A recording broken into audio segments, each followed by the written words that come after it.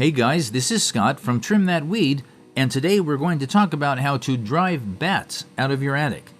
This video will take you through the most humane and effective ways to keep those bats away and stop them from turning your attic into their home, so stick around for the best guide. Ensure your attic is adequately ventilated and illuminated. Bats are nocturnal animals, hence they prefer spending their time in dark, warm places. Making your attic less appealing to them is one way to get rid of them and prevent them from returning. You can do this by ensuring your attic is well ventilated, as warm areas are ideal nesting grounds for the bats. Furthermore, since they dislike light, fit bright bulbs inside your attic and ensure it is always illuminated to drive them away and keep them from returning. Making a one-way exit point from your attic. Purchase bat exclusion devices from your local supermarket or online shops and install them in places where the bats get into your attic. As you install these devices, seal up any other cracks or dents that the bats may use to wiggle themselves in.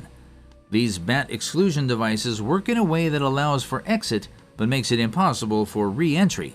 Thus, when the bats exit your attic, they have no other way of getting back in, forcing them to find another place to nest.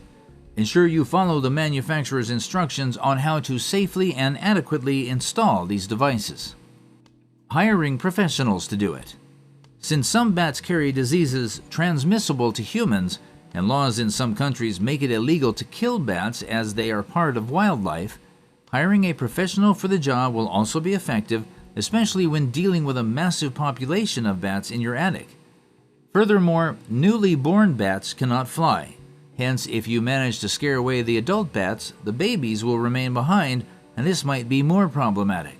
The experts will also take care of any residual droppings or baby bats left behind. So there you have it. Bats can be annoying, especially when they turn your attic into their home.